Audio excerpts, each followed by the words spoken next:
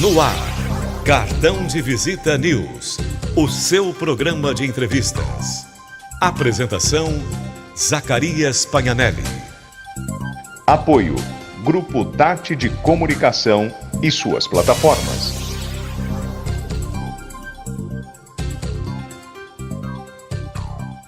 Ter um banco na palma da mão é ter mais praticidade, é ser Digimais. Pagamentos, transferências, Pix, cartão de crédito, tudo pelo app. Faça mais por você. Banco Digimais, um banco para todos. Após o sucesso do Residencial Guaporé 1, a construtora Pereira Alvim apresenta seu mais novo empreendimento em Matão. Residencial Guaporé 2. São lotes a partir de 360 metros quadrados em um residencial fechado, de altíssimo padrão e pagamento facilitado direto com a construtora. Ideal para você investir ou construir a casa dos seus sonhos. Viva com sua família no ponto mais valorizado da cidade. Com conforto, tranquilidade e completa harmonia com a natureza. Plantão de vendas no local. Ligue 0800 942 5151 e saiba mais. Residencial Guaporé 2. Seu bem viver começa aqui. Pereira Alvim. Sonhamos mais, construímos mais.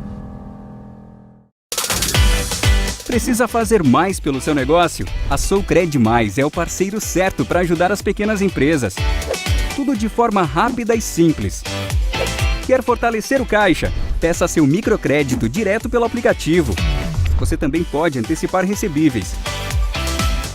E ainda tem a linha especial de capital de giro para quem é MEI. Para ser grande, tenha um parceiro que faça mais por você. Soucred Mais. Baixe o app agora. Cartão de Visita News, o seu programa de entrevistas.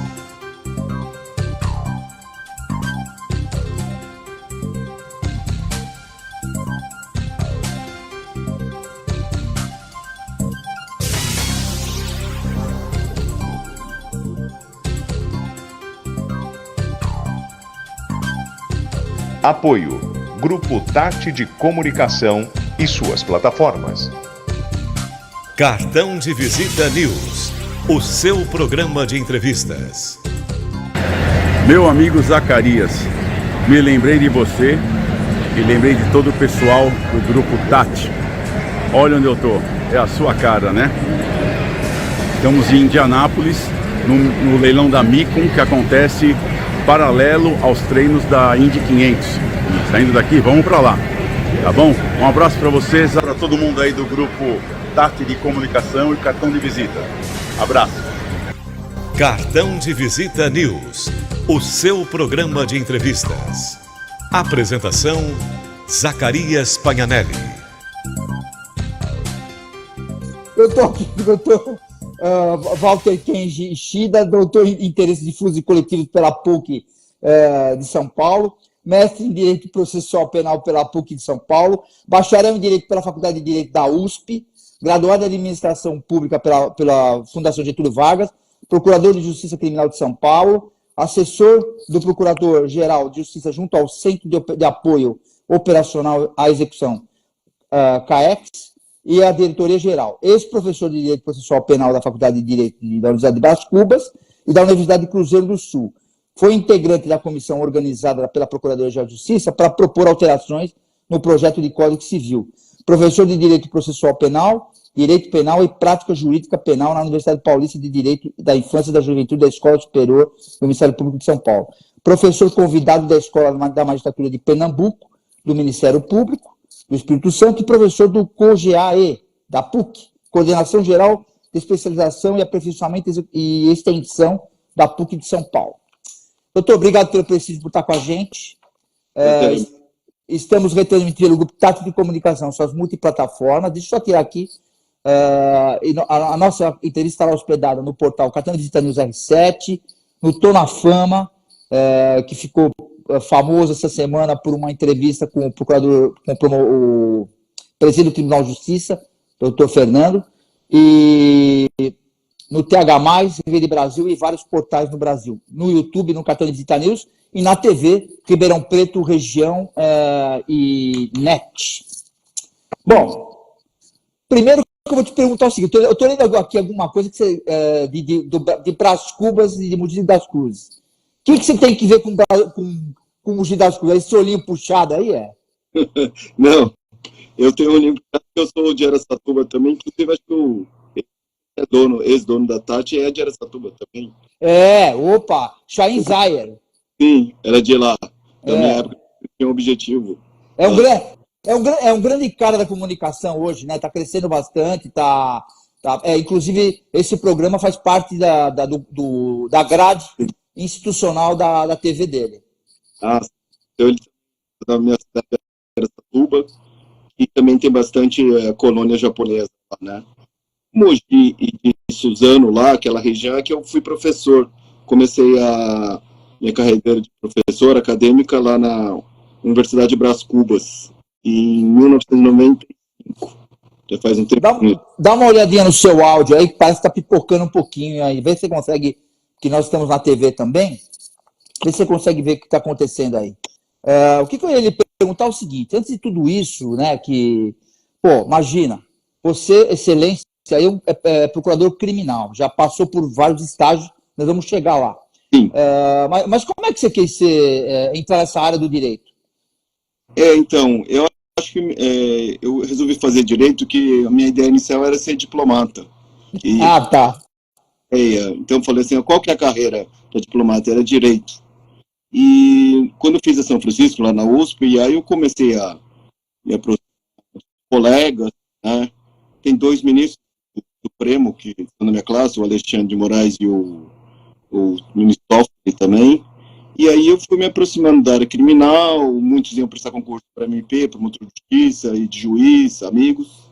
Aí eu mudei o rumo, aí eu falei, assim, no final quando eu acabei a faculdade, eu falei, eu vou prestar concurso de promotor, eu vou ser promotor também.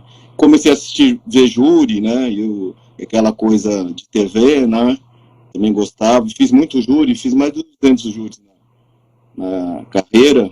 Então, por isso que eu me decidi, no final, ser promotor, e hoje eu continuo, no final da carreira, como procurador de justiça.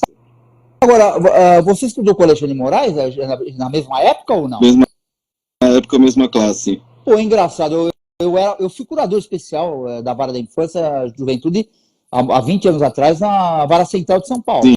E eu me lembro, depois eu fui para a televisão, fui diretor nacional da TV Bandeirantes, antes de ser da Record. E eu me lembro que o Alexandre frequentava muito lá. E ele era muito garoto na época, já tinha lançado o livro da parte constitucional. Então, na época se comentava muito que ele era um dos caras mais entendidos nessa área constitucionalista, né? Era isso mesmo? Era isso mesmo. Ele dava aula no cursinho do Damásio lá. Fernando Capês também. Capês nessa época. E eu tenho um livro de estatuto da criança e adolescente, que eu mexo com infância e juventude, que foi o Alexandre que levou o livro meu para a Atlas, para a editora, e aí conseguiu a aprovação, porque ele já era um autor conhecido na Atlas, constitucional. O direito constitucional dele é uma referência aí em todo o Brasil, Zacarias. Engraçado, né? Todo mundo, a gente não quer polemizar, né? Mas todo mundo discute essas questões, essas decisões que são dadas, então são polêmicas, mas muita gente não sabe o que tem por trás de tudo isso, até na questão legal, né? Muita gente não entende isso. Mas assim, o que eu posso afirmar é que realmente ele era um cara, na minha época, 20 anos atrás, ele era um cara muito entendido. Se falava muito e era garoto, dava aula no Damásio, tudo isso eu me lembro. Época Fernando Capês, eu me lembro dessa turma toda aí. E agora, a tua pequena biografia aqui, na realidade, você é literalmente doutor. Sim. Porque muita gente é doutor por uma questão de protocolo, do cargo e social. Sim. E a gente pode afirmar mesmo que o doutor Kenji Ishida é doutor mesmo. E por quê? E hoje você está lotado aonde? Onde você fica lotado? Hoje está literalmente como assessor do Procurador-Geral ou não? Não, eu fui na Dr. Marrei, que foi Procurador-Geral, e Dr. Filomeno, né? fui ex-assessor, hoje eu sou procurador de justiça criminal, né? Eu não estou como assessor. E uma coisa do Alexandre que eu me lembro também, quando ele levou o livro, aí começou, o meu também ficou conhecido, Estatuto da Criança e Adolescente, né? Uma das referências no Brasil. Ele até me falou uma coisa, ele falou assim, o Walter, que ele chama de Walter também, né? Eu vou te perguntar do Walter também, por que Walter? Da aula, em 90, era mais ou menos em 95, 96, eu comecei em 95, parei, ele falou assim, porque todo escritor é professor. Aí eu falei, pensei, e depois aí que começou a minha carreira acadêmica efetiva, né? Eu tinha parado, aí voltei para a Unip, o doutor Nemino Marcos Pouco me contratou, que é um ex-procurador de justiça, e aí eu estou mais de 23 anos aqui na Unip de Alphaville, né? Onde eu moro, Zacarias aqui, conheço o James e todo mundo aqui. Bom, aí em Alphaville você tem vários colegas que são envolvidos no Ministério Público, que são envolvidos também no Tribunal de Justiça, que dão aula em Alphaville, que eu conheço, vários aí. Vários. E agora você se considera... Por que Walter? Por que Walter? Você é totalmente importado? Aí, os caras falam, pô, eu vou ser ouvido por um procurador, você acredita que o cara é japonês, chama Walter? Eu quero que você me conte isso. Meu pai também chamava Walter, com B também, colocou, eu sou uma espécie de Walter Júnior, e a minha esposa está me ouvindo aí, aí eu queria também pro meu filho, não, chega de Walter, né? Meu filho chamou, então acabou os Walter, é por causa do nome do pai, que eu repeti. Dá uma olhada no teu áudio, aí tá pipocando, seu áudio, dá uma olhadinha aí, tá pipocando. Eu não sei se o pessoal tá ouvindo aí, se o pessoal tá ouvindo, vê se melhorou o áudio. Não, na verdade ele pipoca o áudio, não sei se tá cortando o áudio. Sim. Bom, agora vamos lá, vamos andando.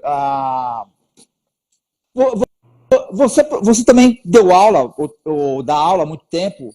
Vocês consideram, porque eu costumo dizer o seguinte, hoje, em qualquer profissão, até para a gente viver melhor, inclusive nessa nova geração, Ishida, o que eu quero dizer é o seguinte, o cara precisa de comunicação. Você se considera um cara de comunicação hoje, não?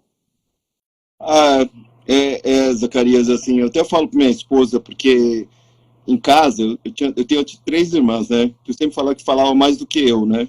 Então eu nunca imaginei fazer palestra para mais de 2.000 pessoas, assim, e ser professor, palestrante.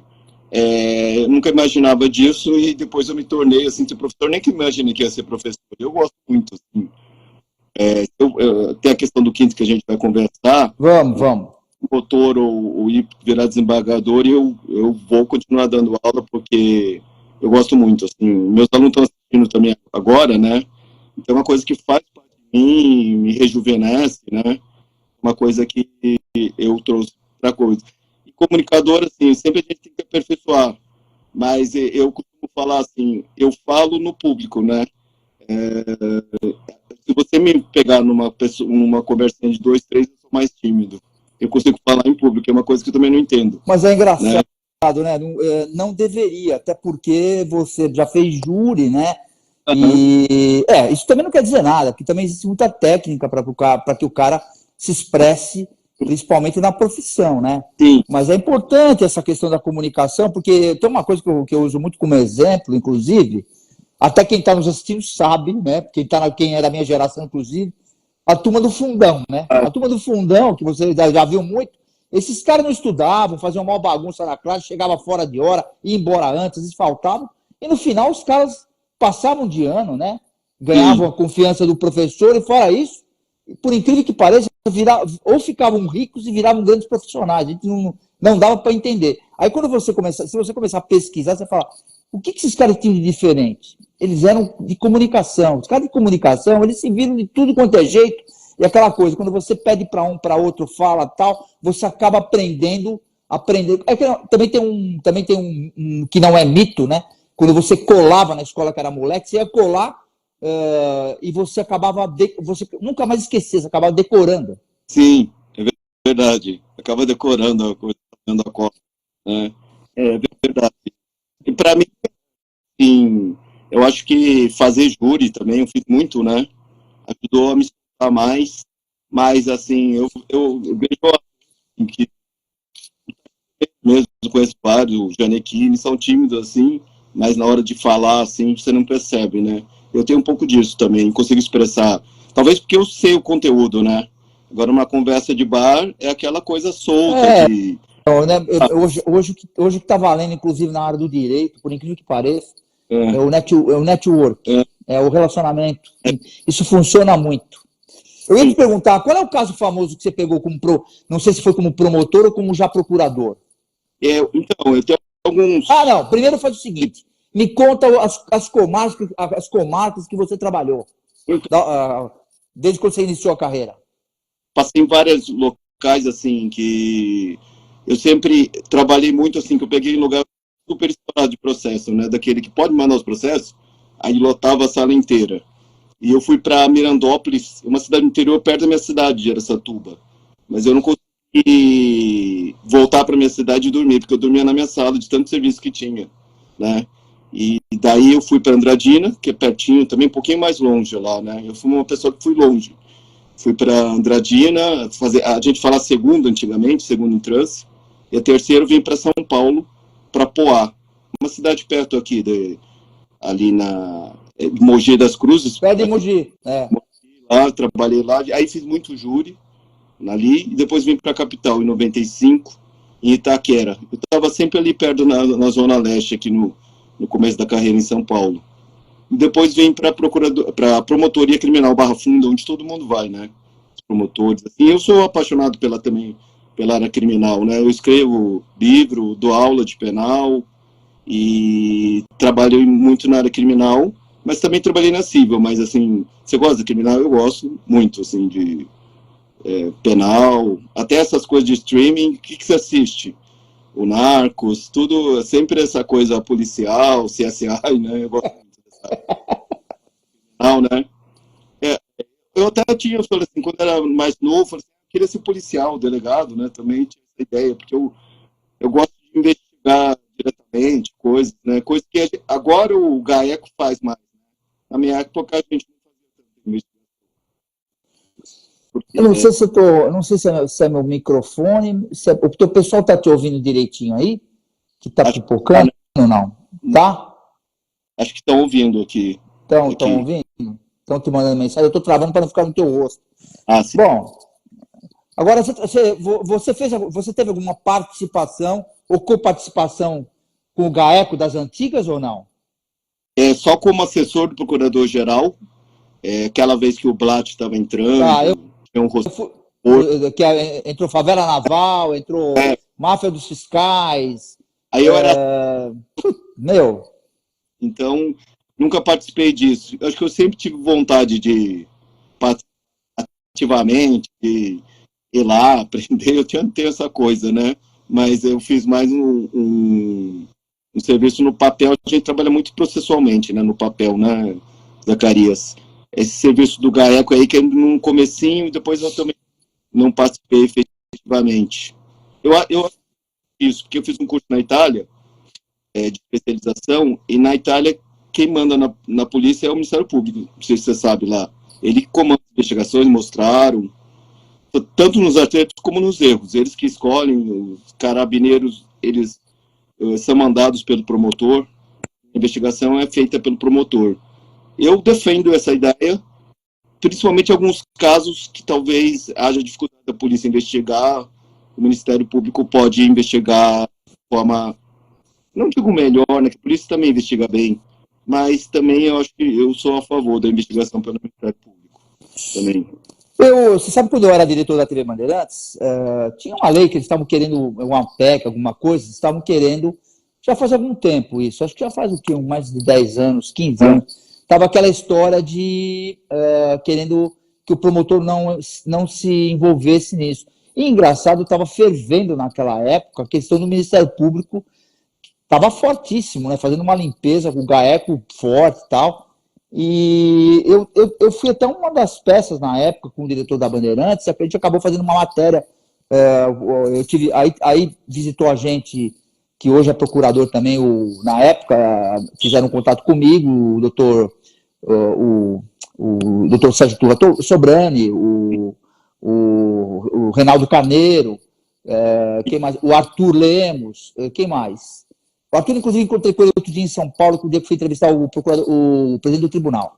Ele disse que estava agora, parece que está na banca agora e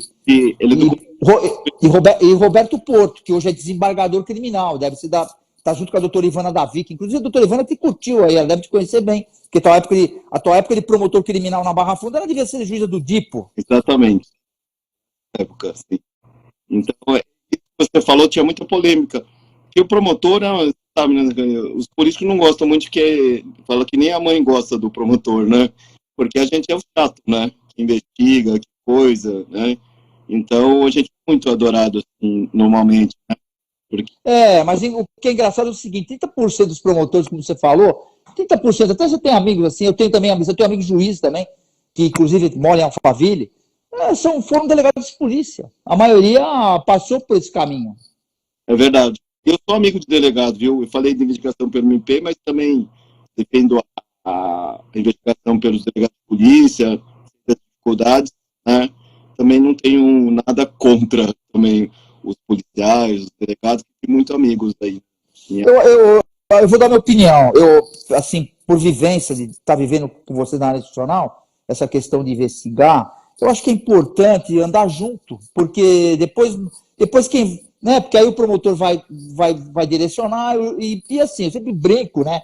Dá licença, sempre brinco, porque o promotor, a procuradoria requer, quem decide é o juiz, mas vocês andando juntos já dá muito mais sustentação jurídica para fazer o trabalho em conjunto, para que não haja nenhum questionamento, entendeu? Eu não sei porque...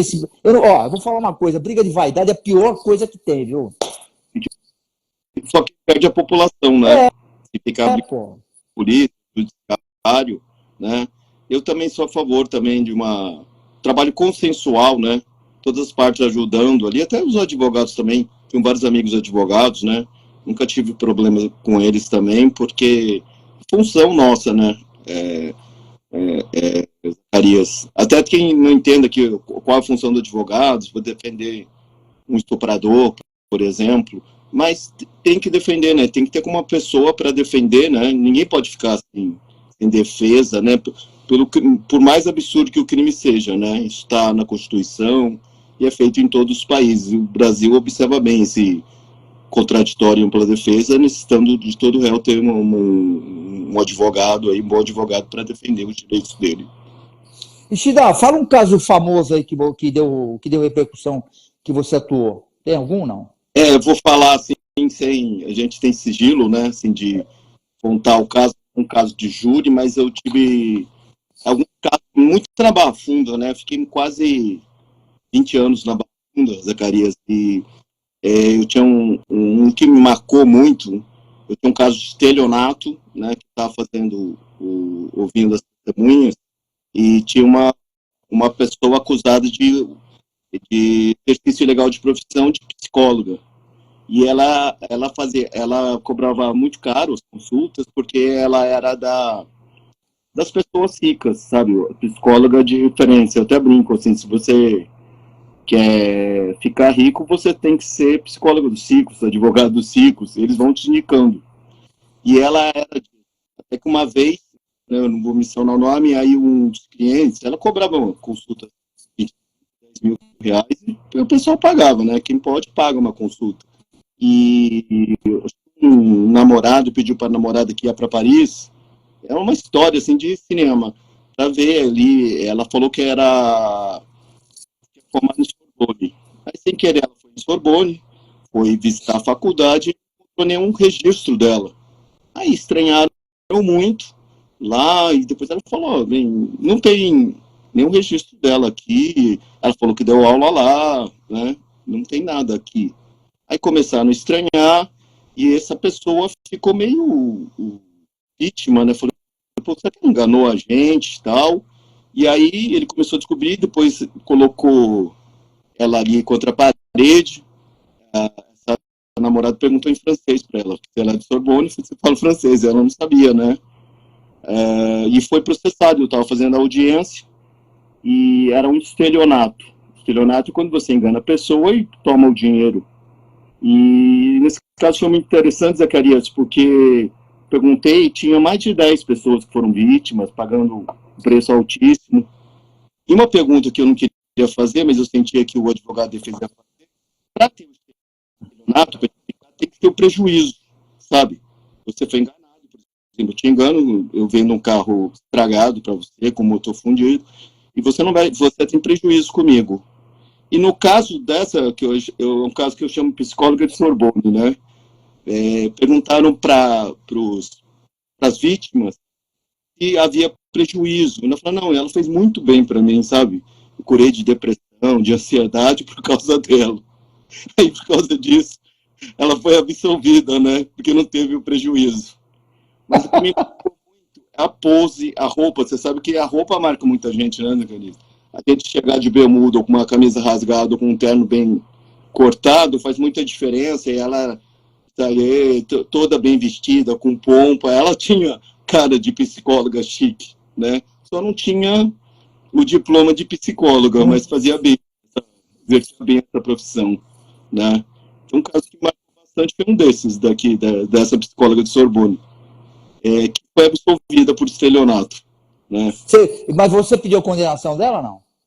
Pedi. Não, porque você pediu devido aos fatos, né? Não tinha como não pedir. As pessoas se sentiram um pouco enganadas, né? De você, como, né, você se consultar e depois o cara nem é médico, mas tinha uma certa habilidade, né? Assim, mas tinha um exercício legal de medicina como de psicologia, né? Então elas sentiram-se enganadas, né? Eu também entendia desse jeito. Mas como é crime contra o patrimônio, tem que ter prejuízo. E não tinha prejuízo, porque todos foram unânimes falar que as consultas foram muito boas, né?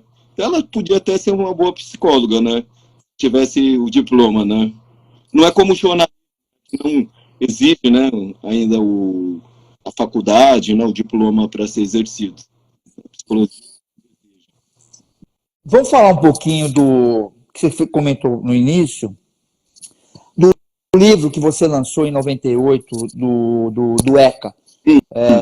Você está muito envolvido ainda na questão do Estatuto da Criança e do Adolescente, ou do adolescente em si, ou não? Sim. Eu fui promotor da Justiça da Infância da Itaquera, comecei a escrever um livro, né? Eu tenho muita facilidade para escrever, assim, de escrever fora da área jurídica, assim, biografia, gosto muito de biografia, de coisa, mas nunca me aventurei. Então eu pensei em escrever um livro da prática que eu mexia com adoção, com adolescentes abandonados lá, que tinham as casas de acolhimento, e comecei a escrever isso e escrevi um livro inteiro. É esse que o Estatuto da Criança e Adolescente, né, ele foi publicado em 98. Esse daqui está na 25ª edição, né? É o meu mais antigo. E depois eu fui em Parar Criminal, fui me distanciando, mas o livro nunca morreu. Todo ano sai uma nova edição, muita gente segue, e eu, como sou professor, eles me chamam para dar aula aí que eu tenho no currículo, na Escola da Magistratura, do MP, assim, já dei aula no Nordeste, alguns cursos em São Paulo, né? Então, assim, embora eu hoje não atue, eu atuo um pouco na prática, assim, em ato infracional. Também trabalho no habeas corpus, né? E tem um problema do adolescente que comete o crime, que a gente chama de ato infracional, que ele vai cumprir a medida socioeducativa. Você vê esse caso do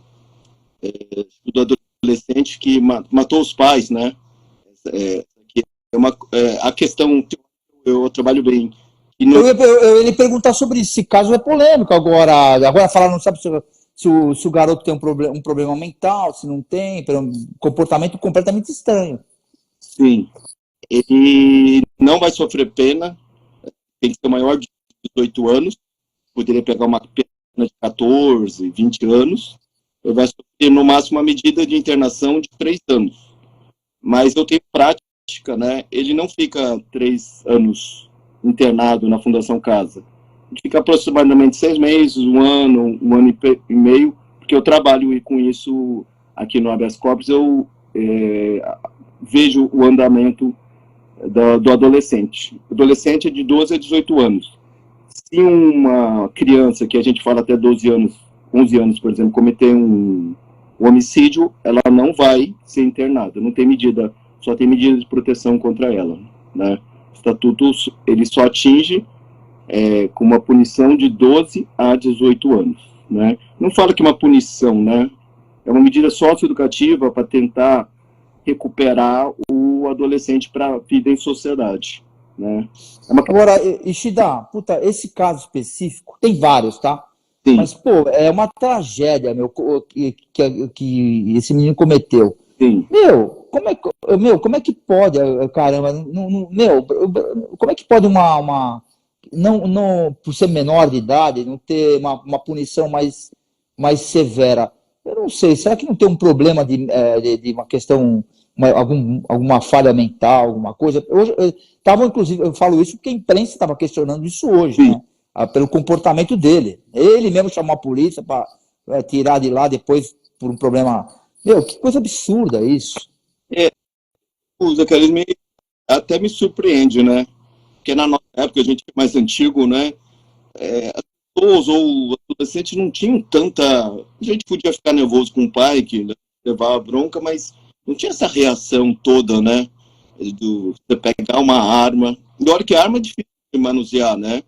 Eu sei usar, eu até estranho, assim, a habilidade em matar o pai, matar a mãe, a irmã, assim, você tem que ter uma frieza e uma habilidade para a arma, assim, como o fato dele, né? Muita frieza, assim, é uma coisa que me espanta na nossa sociedade hoje, como as pessoas cometem crimes que anteriormente era muito mais difícil a gente fazer, assim, você termina um namoro, o namorado mata a namorada, né? Tá acontecendo muito isso. Se larga a esposa, vai lá e mata. É uma coisa assim, às vezes, acho que na nossa época a gente ficava triste, sei lá, às vezes ficava meio depressivo, mas não ia tirar a vida. Uma coisa muito banal, né? Aqui de matar uma pessoa, mesmo os adolescentes, realmente isso eu não sei o que está acontecendo, né? Essa internet, alguma coisa que está mudando, mas é uma coisa, um fato no mundo moderno hoje, né? No Brasil, mas acho que no mundo inteiro também. Eu queria mandar um abraço em seu nome, que deve ser seu colega também, o doutor Delton Pastore. Sim, muito meu amigo. Ele inclusive, ele me foi apresentado, ficamos amigos, por uma questão profissional, inclusive, né, televisão, Ministério Público, ele, na época, não sei se ainda, promotor de idoso, ele era promotor de idoso na época, hoje parece que é promotor, né, da capital, ele quem me apresentou foi o Paulo Piva, que já não está mais com a gente aqui, que era de uma elegância, casado com a doutora Valéria Piva também, que era, eu sou um pessoa.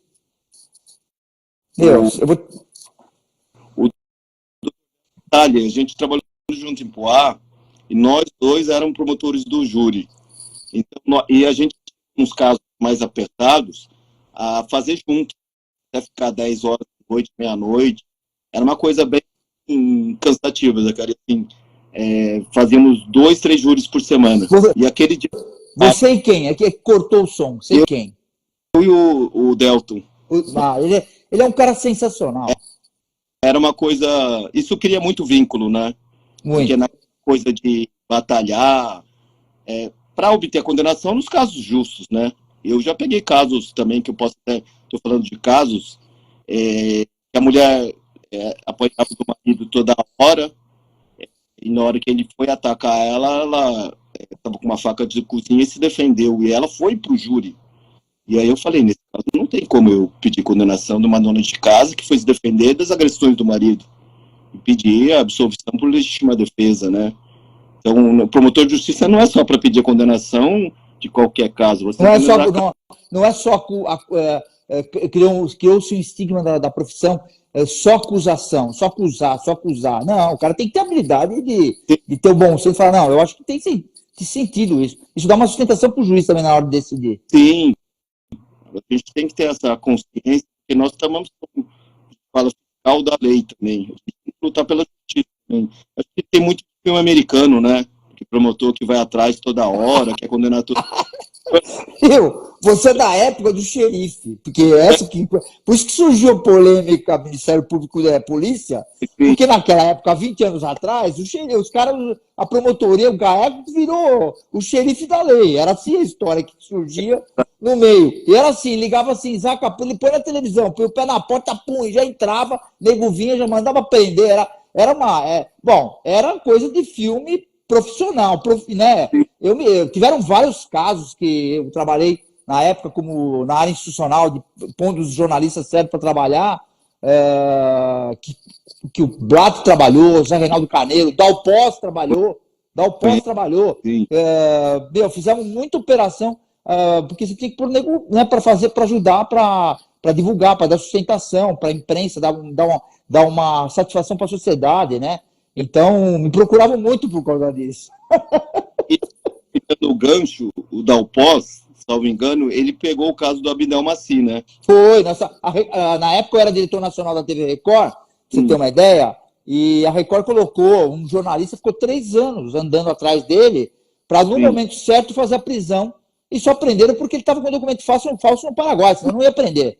E fechado com a Polícia Federal de Brasília, na época. Esse que eu defendo, esse caso específico, é um ótimo exemplo de que quando o Ministério tem que entender, porque se não fosse a Rosa e o Ministério Público, jamais o caso poderia ser investigado, achou que era invenção, a vítima tinha vergonha, muitas passaram lá e não falaram nada.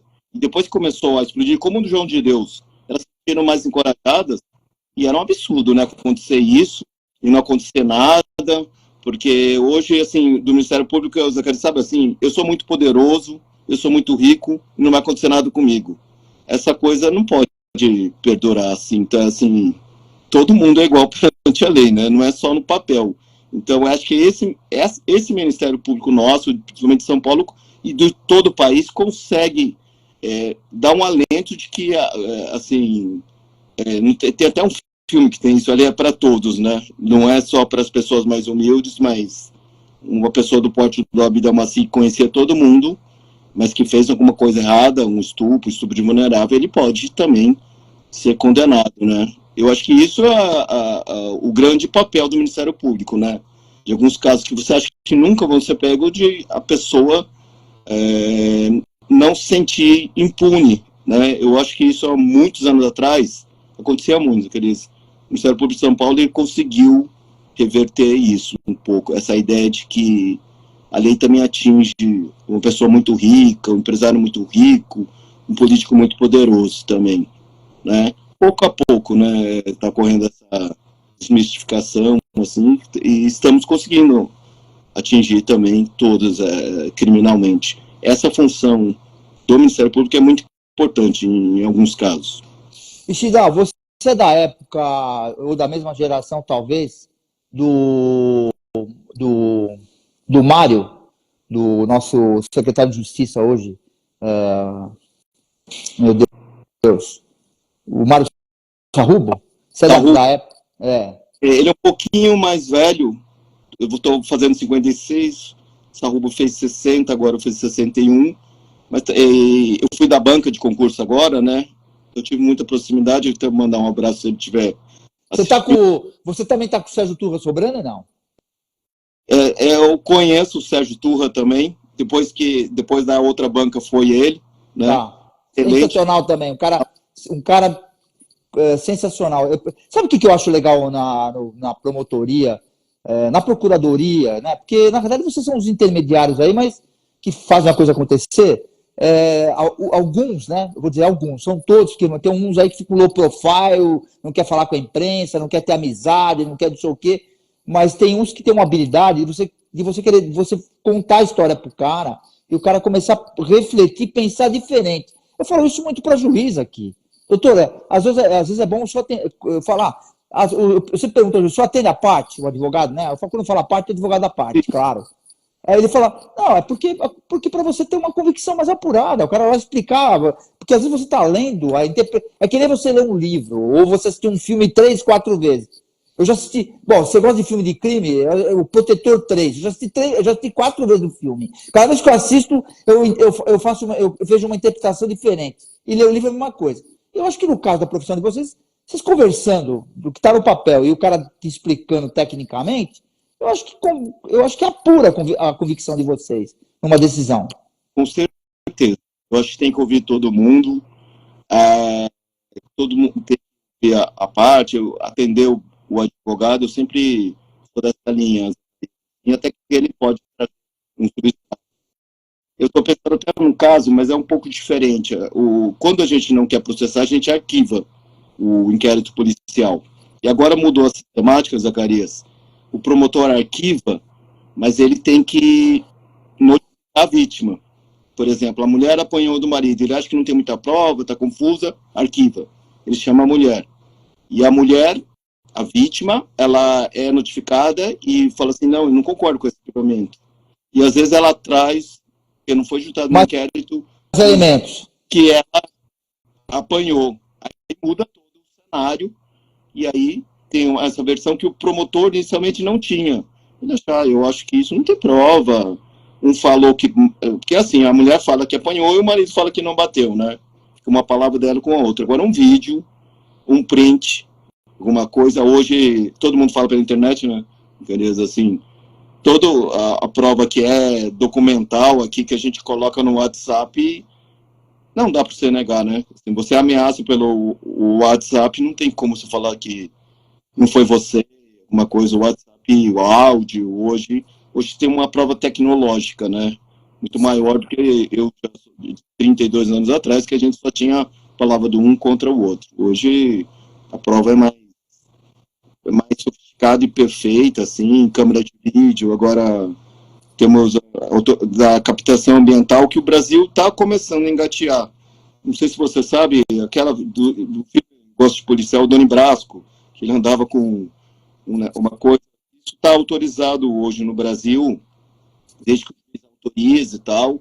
Você pode utilizar essa prova também, que é muito importante aqui. Eu não sei se você sabe, o WhatsApp não pode ser interceptado, né? Não se consegue interceptar a conversa do WhatsApp. Então, o que se faz é aprender o celular e ver o conteúdo, que precisa de autorização judicial. Hoje acabou a conversa por telefone, a gente conversa mais por telefone. A gente conversa por WhatsApp, até porque é mais barato do que uma linha telefônica. E se não tem essa conversa por linha telefônica, a polícia, com autorização judicial, não consegue grampear uma conversa feita por WhatsApp, né? Agora, uma conversa que foi feita pelo WhatsApp, numa apreensão do celular, você consegue recuperar essa conversa? Não, é como se falasse pelo telefone, precisaria estar no grampo. Sim. Conversando direto não consegue recuperar. Não consegue. Só o que escreveu e o áudio. Que a gente manda. E eu noto, mas eu noto que a maioria do céu das pessoas, a gente deixa toda a conversa, né? Alguma pessoa que está na área criminosa e está cometendo crime, se a polícia apreende, tem muita conversa dele com o outro traficante, essa coisa que é utilizada. Mas para abrir o conteúdo, precisa da autorização do juiz. Se apreende, aí o delegado pede autorização para abrir, passa pelo MP e o juiz autoriza. Aí você faz a abertura do conteúdo do WhatsApp. E isso mata muito... o que os americanos chamam de evidência, né? A gente chama de prova no processo. Ajuda muito para condenar um réu, essas conversas no WhatsApp. Deixa eu te falar uma coisa que você comentou agora no início, essa questão você falou que a mulher apanha do marido e tal, inclusive a lei Maria da Penha, isso está muito em evidência hoje, inclusive. E eu também andei entrevistando algumas juízas do interior de São Paulo, e logo no início eu falava assim, olha, mas tem uma mulher que bate no marido. Hoje mesmo eu vi um vídeo hoje que me mandaram, eu fiquei impressionado com uma mulher fez com o marido. Estão querendo talvez fazer um mexe-mexe nessa história, não sei se é verdade. Mas assim, aí eu brinquei, eu falei para a juíza, ela falou, Zacarias, você está sendo machista. Eu falei, não, eu tenho história para contar. Eu falei, eu entrevistei um xerife nos Estados Unidos, que é brasileiro, e ele contou essa história pra gente. Falou, me chamaram numa operação E eu cheguei lá, falaram que a mulher estava batendo no marido chamou. E chegou lá, ninguém acreditou, eu chamei até apoio, porque falei, tem uma história aí. Quando chegou lá na nossa frente, a mulher deu no cara, e o cara ficou quieto. Nós aprendemos e tal. Foi presa tudo. Aí eu contei para ela, ela falou, não, mas não sei, e agora? Eu não sei, estou ouvindo, né? Você ouve um monte de coisa, a gente não sabe, como você usou como exemplo, que tem muito essa história do marido bater na mulher, separar da mulher, depois não se conforma, vai lá e cria um problema seríssimo. Tem alguma história, se estão mexendo nessa lei, se vão mexer, se vai ser mais maleável? Porque tem cada história de preventiva que você cai de costa, né? Eu fiquei sabendo de uma história outro dia, fazer um comentário muito breve aqui, que morava uma namorada com um namorado no mesmo prédio, aí eles brigaram, acabou o relacionamento, um andar, outro no outro andar, aí o cara arrumou uma outra namorada, e ela criou uma situação lá pro cara, armaram uma preventiva, o cara não podia chegar nem no prédio que ele morava. Você já viu essa história? Não? Eu acompanho isso aqui, porque eu mexo com habeas corpus, justamente, mas você falou assim, tem alguma mudança assim, porque a lei, eu acho que você está pensando que está muito em prol da mulher, né? Não, pelo menos o que a gente ouve falar, eu tecnicamente não conheço, mas assim, eu me lembro da época, eu sei quem é a Maria da Penha, ela teve, há 20 anos atrás, ela andava de cadeira, ela estava na cadeira de roda, ela ia na televisão, eu estava lá, eu atendia, inclusive. Então, quando eu fazia muito palestra, eu conheci a Maria da Penha também em Recife, né? Ela representa a lei Maria da Penha, porque o Brasil foi condenado pela OEA por causa dessa negligência. Eu até como eu trabalho 32 anos, eu sou daquela época que o marido batia na mulher e não acontecia nada, que assim, não ia para cadeia. E hoje o marido batendo na mulher, ele vai para cadeia, né? O que você está falando é desses excessos, assim, você inventar que apanhou e de repente a pessoa está na cadeia. Eu posso falar, assim, na minha experiência, por exemplo, nos 100 casos que eu peguei um caso que eu fico nessa também de ficar esperto. Tá.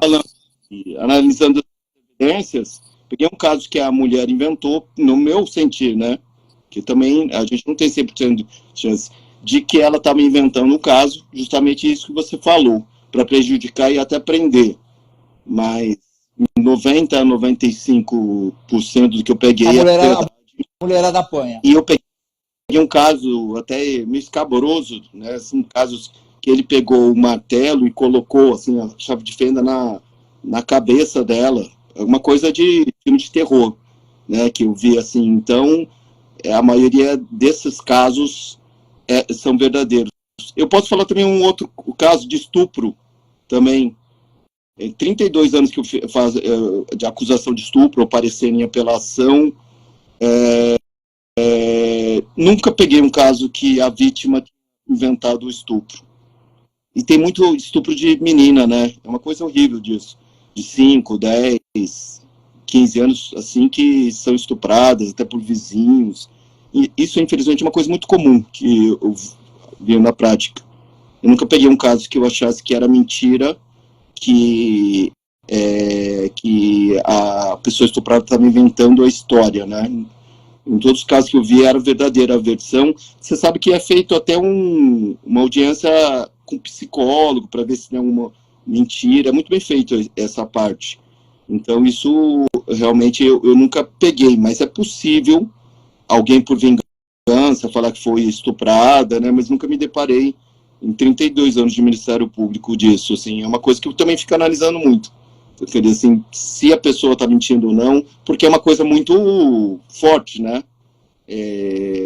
Você colocar um estuprador, vai ficar no mínimo 6 anos a condenação dele, e ele normalmente vai ficar preso uns 4 anos, assim, 5 anos, e ele sofre na cadeia, né? Estuprador, né? Um crime não permitido pelos próprios presos ali, né? Principalmente em família, essa coisa. Mas eu peguei, assim, nunca vi. Eu faço nas minhas apelações, os pareceres, essa construção do fato, para ver se é mentira ou não. Mas é possível, como você falou, no caso de violência doméstica, haver algum caso que a mulher, por vingança, pode colocar o homem inventar que foi agredida, ameaçada. Hoje, na era do WhatsApp, elas trabalham muito com... Elas mostram o WhatsApp, mostram alguma coisa. Hoje a ameaça é tecnológica, né? É áudio, é vídeo do WhatsApp, é a ameaça no Facebook, no Instagram, que a pessoa coloca. E é uma prova material, né? Hoje está mais fácil de condenar, porque hoje a gente escreve tudo na rede social, né? Todas as nossas raivas, essa coisa. Deixa eu falar uma coisa rapidinho. Você hoje está na segunda instância, a Procuradoria. Qual é o seu contato hoje, quando você tem uma questão de decisão que vai para a segunda instância? Num caso desse, por exemplo, é muito breve que eu estou te perguntando. Te toma muito tempo essa questão de decidir, porque você não tem mais acesso, você tem acesso aos autos, você não tem mais acesso à pessoa. Ah, sim. O contato, né, cada vez, eu costumo, um processo, começa na delegacia, que é o contato efetivo físico, vai para o promotor, para o juiz de primeiro grau, cada vez fica mais distante, né? Quando chega no STJ, no Supremo, né? É o papel que a gente tem, né? Mas eu tomo muito cuidado disso, principalmente em crimes sexuais, mesmo em crimes de roubo daqui, para ver se é verdadeira a imputação ou não. Eu peguei um caso que até me lembrei agora, sem querer, que eu posso contar rapidamente, Zacarias, que 2 vítimas foram sequestradas quando tinha o Réveillon na Paulista e agora voltou. Era um caso da Barra Funda, que elas foram sequestradas e levadas pelo roubador. Só que ele trouxe ela para Osasco e levou para o churrasco dele. Aí começaram a estranhar. O juiz também, que trabalhava com ele, falou: muito estranho, não levar para um churrasco, né? E aí, depois ele levou ela para Raposo Tavares, para a rodovia, e essa pessoa, o sequestrador, o roubador, estava bêbado, bateu, aí elas avisaram a polícia rodoviária que prendeu eles. E é uma coisa engraçada, eu uso muito feeling, né? Eu falei assim, o juiz estava em dúvida, eu falei, eu acho que é um namoro, uma paquera que elas quiseram incriminar. Eu falei, acho que não, eu acho que foi roubo. E sequestro, né, essa coisa. E tudo bem, só que o juiz, no indúbio pro réu, né, ele absolveu a pessoa. E alguma coisa engraçada, que depois que ele absolveu, chegou, eu mantinha contato com a polícia rodoviária, ela me mandou uma cópia de um boletim de ocorrência lá, e ele foi preso novamente por outro roubo, mas ele falou no boletim de ocorrência, falou para eles mandaram para mim, que ele falou assim, eu já enganei o juiz daquela vez, agora eu vou enganar de novo. E então, quer dizer, que na verdade era roubo mesmo, essa coisa do churrasco que atrapalhou um pouco, falando, vai num churrasco e não faz nada, não tenta fugir. Eu achei ela tão assustada também, né, com medo ali do assaltante. Isso foi um caso pitoresco também, que eu até tentei convencer o juiz, não aquela coisa da Lava Jato de ser amigo, né? Falei, eu acho que é assalto mesmo, é roubo mesmo. Eu não acho que seja uma invenção das meninas lá para prejudicar a pessoa, né? Tanto é que no segundo o assaltante até zombou, né, da justiça, né? Falando que podia contar uma história mirabolante, que às vezes acontece, né? A gente não tem certeza de todas. Às vezes a prova não é bem construída, não chega redonda, né? Que você tem certeza que ela praticou um crime, principalmente no júri. A gente faz muitos júris que a prova é, assim, muito mal feita. É que eu lembro outro caso, eu sou do tempo da fita de videocassete. Eu não tinha nenhuma prova que o fulano tinha matado. Eu falei, mas está muito fraca isso. Aí eu liguei para o SBT, não sei se você conhecia, falei com o jurídico lá, falei, parece que tem uma fita dele confessando, você consegue arrumar para mim lá? E aí ele falou, não sei, viu? Eu falei, meu júri tenho 2 dias para fazer, se puder. Aí ele enrolou, mas faltando acho que um dia, umas 6 horas, falou, conseguido, deixa eu vir buscar aqui. Eu fui buscar a fita que ele confessava que tinha matado a pessoa lá. Aí eu juntei e passei o vídeo lá, né? Eu não precisava falar mais nada, né? Não. O vídeo fala por mim, né? Ali. Então, a prova é bem fraca no processo penal. E outra coisa que eu ia falar, Zacarias, a influência da mídia, você sabe disso, né? Por exemplo, esse caso do Porsche também, ou nos outros casos do Nardoni e tal, a mídia induz, assim, uma condenação, né? Sabe que é muito fácil o júri pra gente. Existe uma certa tendência que precisa tomar um pouco de cuidado na mídia, né? Eu falo, às vezes tem um colega que escreve alguma coisa, eu falo, meu, cuidado com essa tendência, dá uma checada, mas às vezes o cara, para chamar notícia, faz esse tipo de coisa, quer dizer, a gente não sabe nem se o cara é jornalista, o que é. Então, umas coisas que precisa tomar um pouco de cuidado mesmo, por isso que eu sempre cuidei, 20 anos cuidando da parte institucional. A gente corrigia tudo na hora, estava ao vivo, 90% da programação ao vivo, você tem que corrigir na hora, para que não haja nenhum problema. Às vezes uma autoridade ligava, falou, tá, corrigiu, o apresentador corrigia na hora. Acontece, é normal isso. E eu mandei uma vez, quando tinha a revista Época da Globo, né, eu falei que o Ministério Público, ele não tem que ser, tipo, um galã de cinema. Tem que aparecer, tem que dar entrevista também, mas... E a gente tem que se preocupar com um homicídio quando mata lá no Engenheiro Marcilac, em Santo Amaro, ou quando matam a Isabelle, no caso do Nardoni, né? Existe muita, assim, às vezes você quer pegar um caso famoso, né? Mas e o caso do Zé Ninguém, né? Também ocorre a morte, então a gente tem que trabalhar justamente nisso. Até eu queria até fazer uma alusão com o nosso corregedor, que no caso da Porsche, o promotor substituto fez a denúncia, mas sem um alarde, o circo, assim, dessa coisa, né? Porque a gente é um órgão de acusação, não um ator de cinema. Eu acho que a gente tem que fazer entrevista, mas não tem que ser um ator da Globo, assim, a gente não precisa ser isso daqui. A gente tem que fazer a nossa função. O corregedor também, ele entende, ele fala assim, ela faz a denúncia, mas não precisa, eu vou chamar todo mundo para ter holofote, assim. Eu acho que, em certos casos, a gente tem que ter discrição, assim, não precisar ficar chamando a atenção para si, né? Até porque a gente não nós representamos o Estado, né? O Estado da acusação eu não sou o Walter Schida, assim, como promotor. Eu sou um promotor, um procurador. Eu sou o Ministério Público, né? Então, quem tem a aparecer para mim é o Ministério Público. Ishida, agora eu queria que você falasse, nós temos poucos minutos, mas eu queria te dar tempo para você falar. Bom, você está concorrendo pelo 5º Constitucional, vejo que você é um cara bem relacionado, experiente, que eu acho que é o mais importante, né? Tem uma grande bagagem, inclusive pelo que a gente conversou, pelo que eu li, pelo que pessoas me falaram. Você é um cara que tem uma vasta experiência, tem um bom relacionamento e tem uma certa relevância para ir para essa função. Você quer ser juiz mesmo?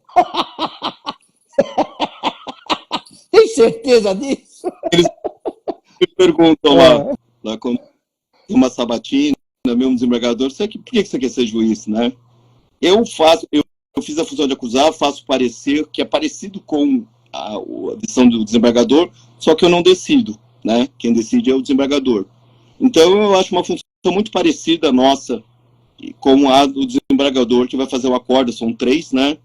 Eu sempre tive um alento, eu tive um amigo meu, o Ari Casagrande, que é juiz na Lapa, um abraço para ele também, e ele também falava, depois você vem para o tribunal, alguma coisa, então, olha, é um sonho que eu tenho.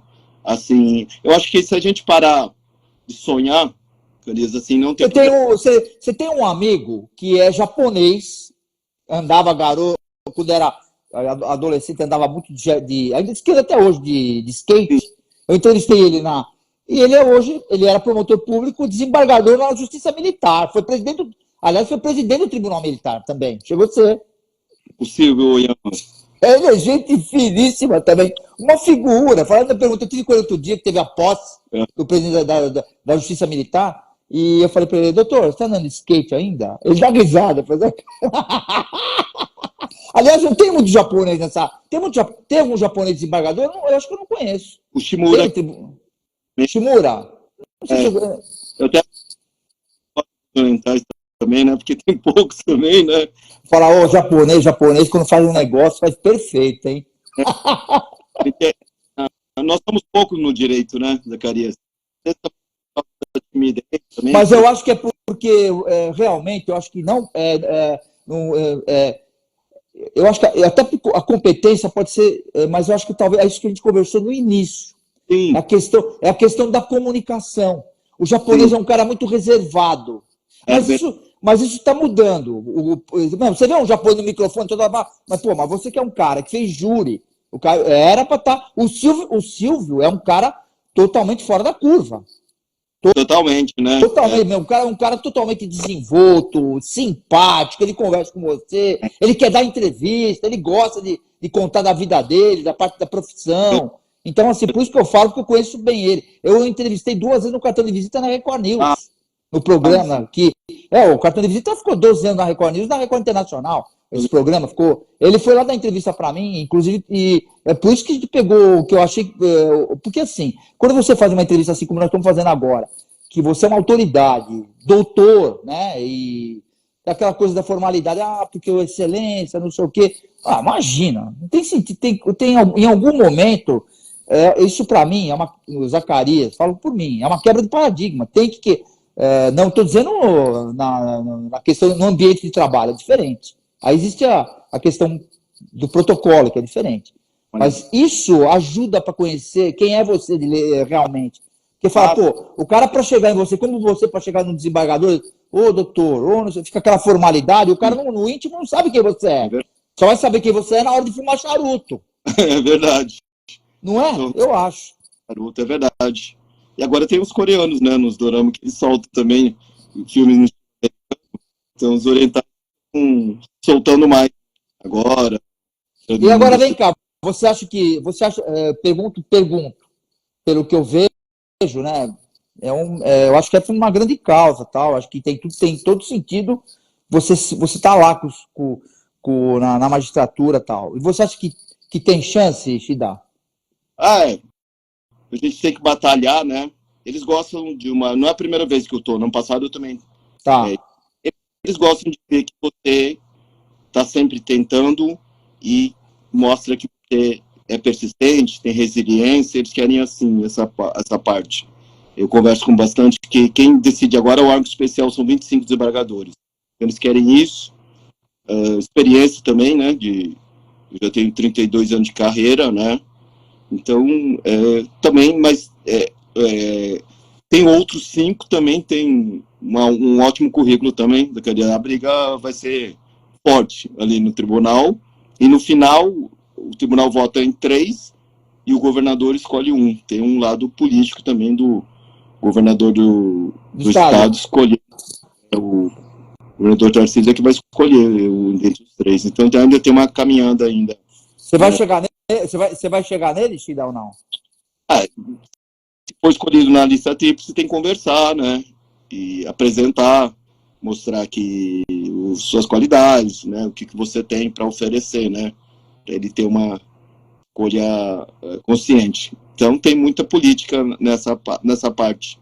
Então, a gente não pode ser extremamente só técnico, né, Zacarias? Não, eu acho que a persistência é importante. E também, né, como você falou, trabalhou, que a gente comentou durante, de você ser, nessa questão criminal, eu acho que você pode ser bom e justo, não precisa ser bonzinho, porque o bonzinho morre na praia às vezes, né? Então tem que ser bom e justo. Esse é o discurso que se fala muito. Então, estou aqui com o doutor Walter Kenji Shida, que é procurador criminal.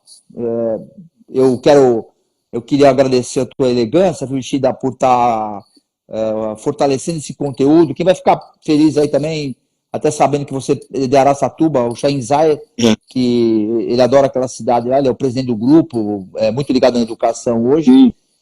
Hoje não, há algum tempo já, mas está muito mais forte hoje, e juntou as duas coisas que a gente fala que é o mais importante, a educação e a comunicação tem que andar junto, que é o que faz você...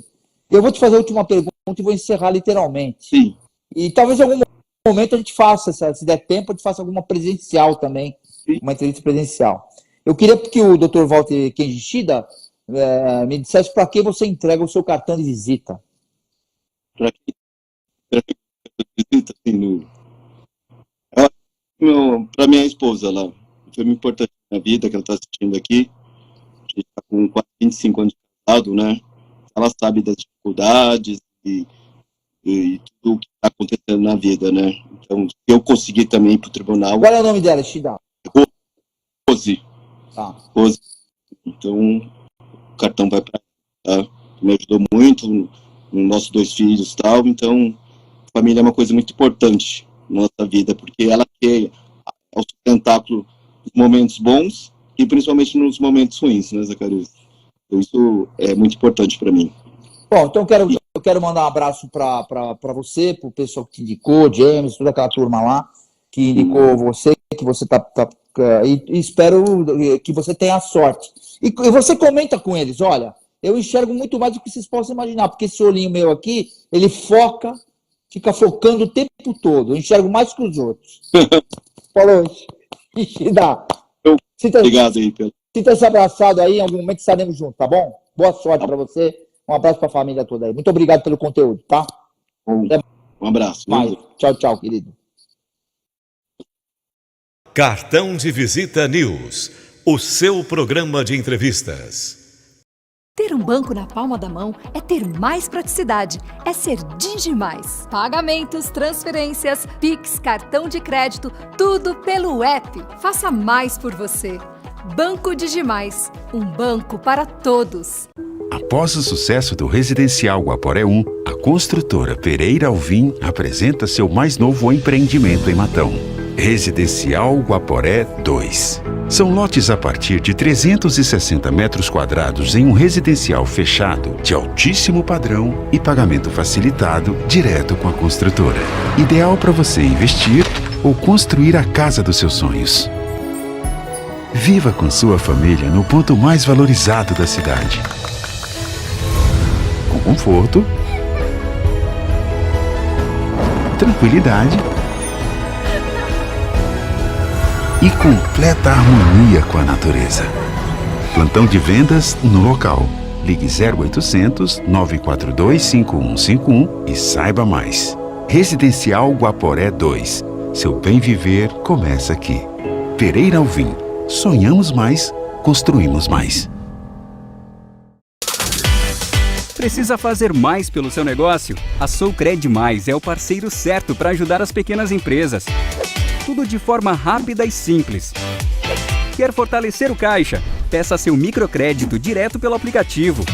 Você também pode antecipar recebíveis.